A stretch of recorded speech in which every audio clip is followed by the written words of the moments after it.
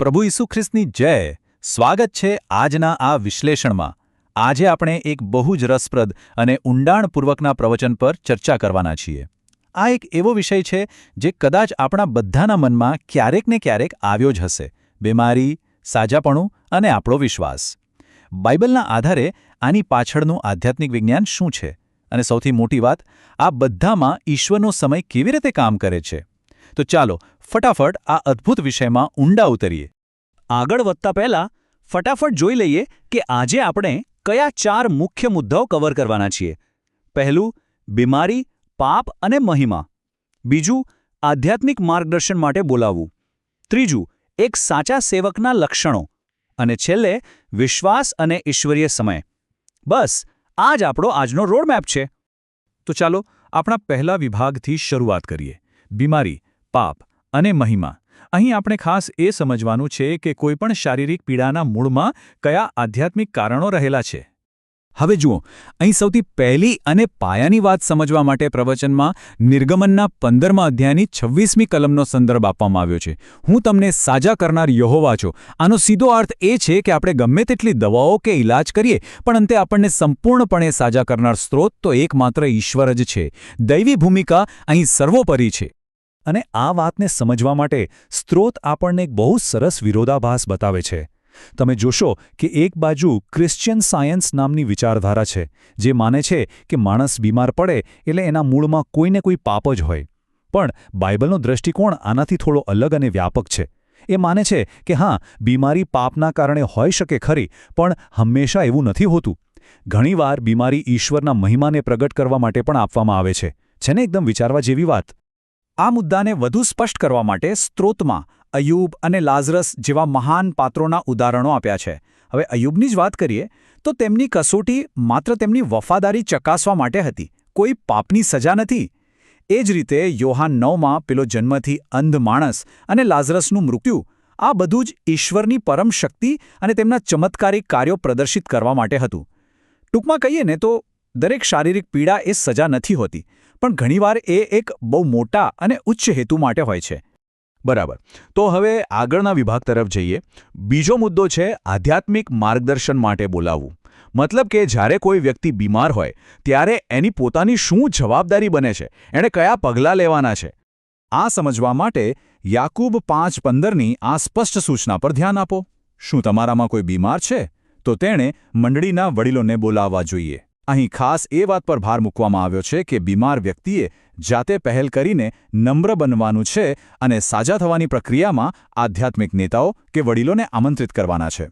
અને આ જ વાત સ્ત્રોતમાં ઇબ્રાહિમ અને અભિમેલેખની વાર્તા દ્વારા બહુ સચોટ રીતે સમજાવવામાં આવી છે. પાદરી કે વડીલને બોલાવવાનો અર્થ જ એ છે કે તમે માત્ર દવાઓ કે દુનિયાવી ઉકેલો પર આધાર નથી રાખતા, પણ તમે ઈશ્વરીય સત્તા પર તમારો વિશ્વાસ મૂકો છો. કોઈ સમર્પિત સેવક જ્યારે તમારા માટે મધ્યસ્થી કરીને પ્રાર્થના કરે છે, ત્યારે એ સાજાપણા માટેની એક બહુ જ શક્તિશાળી પદ્ધતિ બની જાય છે. તો હવે એક સવાલ એ થાય કે જે વડીલો કે પાદરીઓ માર્ગદર્શન આપે છે, તેમની પોતાની જવાબદારીઓ શું? આ આવે છે આપણા ત્રીજા વિભાગમાં: સાચા સેવકના લક્ષણો. અહીં સ્ત્રોત આધ્યાત્મિક નેતાઓ માટે પણ કેટલાક બહુ જ કડક નિયમો અને અપેક્ષાઓ મૂકે છે. એક સાચા સેવકમાં મુખ્યત્વે 3 લક્ષણો હોવા જોઈએ એવું અહીં દર્શાવ્યું છે.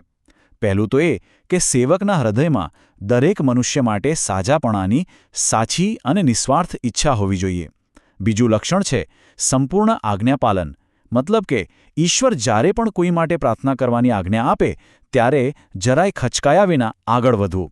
અને ત્રીજું, શ્રદ્ધાપૂર્વક શબ્દો ઉચ્ચારીને સાજાપણાની ઘોષણા કરવાની તેમનામાં હિંમત અને અધિકાર હોવા જોઈએ. પણ જો કોઈ સેવક આ કરવામાં નિષ્ફળ જાય તો એના માટે પણ હઝકિયલ 34:4માં બહુ કડક શબ્દો વપરાયા છે. આ કલમ એવા સેવકોને ગંભીર ચેતવણી આપે છે જેઓ પોતાના લોકોને સાચવવાની કે બીમારને સાજા કરવાની પોતાની ફરજ ચૂક્યા છે. એટલે આના પરથી એટલું તો સ્પષ્ટ છે કે સાચા સેવક હોવું એ કોઈ સામાન્ય કામ નથી, પણ બહુ જ મોટી જવાબદારીનું કામ છે. હવે આપણે પહોંચી ગયા છીએ આજના વિશ્લેષણના છેલ્લા અને કદાચ સૌથી મહત્વના વિભાગ પર: વિશ્વાસ અને ઈશ્વરીય સમય. અહીં આપણે એ સમજવાનું છે કે વ્યક્તિની પોતાની માન્યતા અને ખરેખર એના સાજા થવામાં લાગતા સમય વચ્ચે શું સંબંધ છે. આ વિભાગમાં સ્ત્રોત એક બહુ જ પ્રેક્ટિકલ અને વિચારવા જેવો પ્રશ્ન પૂછે છે. કદાચ તમારા મનમાં પણ આ પ્રશ્ન થયો હશે કે જો કોઈ વ્યક્તિમાં ઈશ્વર પર પૂરેપૂરો વિશ્વાસ છે અને એ સખત પ્રાર્થના પણ કરે છે, તો પછી સાજા થવામાં આટલો બધો વિલંબ કેમ થાય છે? કેમ પરિણામ તરત નથી મળતું? આનો બહુ જ સુંદર જવાબ પ્રવચનમાં લાઝરસની સમયરેખા દ્વારા આપવામાં આવ્યો છે. જરા વિચારો, પહેલા દિવસે લાઝરસ ગંભીર રીતે બીમાર પડે છે. બીજા અને ત્રીજા દિવસે ઈસુને તાત્કાલિક બોલાવવામાં આવે છે, છતાં ઈસુ ત્યાં તરત જવાને બદલે રાહ જુએ છે. અને પછી ચોથા દિવસે લાઝરસ મૃત્યુ પામે છે. બધી જ આશાઓ ખતમ.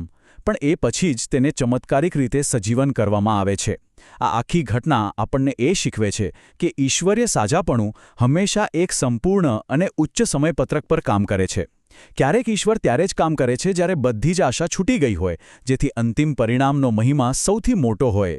અને આ જ વાતને વધુ મજબૂત કરવા સબાશિક્ષક 3:3નો સંદર્ભ ટાંકવામાં આવ્યો છે, જે યાદ અપાવે છે કે દરેક વસ્તુનો એક નિયત સમય હોય છે. સાજા કરવાનો પણ એક સમય હોય છે. આનો સીધો અર્થ એ છે કે આપણે ભલે ગમે તેટલો વિશ્વાસ રાખીએ, પણ ધીરજ અને ઈશ્વરની ઈચ્છા સામે સંપૂર્ણ સમર્પણ પણ એટલા જ અગત્યના છે. તો આજના આ વિશ્લેષણને પૂર્ણ કરતા પહેલા આ સ્ત્રોત આપણા સૌ માટે એક બહુ જ ઊંડો અને વિચારતો કરી મૂકે એવો પડકાર છોડી જાય છે.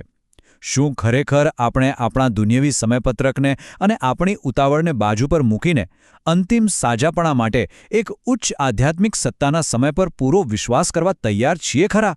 આ એક એવો સવાલ છે જેણે આપણને વિશ્વાસનો સાચો અર્થ સમજવા પર મજબૂર કરી દીધા છે. આશા છે કે આ ચર્ચા તમારા માટે પણ એટલી જ ઉપયોગી રહી હશે. ફરી મળીશું એક નવા વિશ્લેષણ સાથે.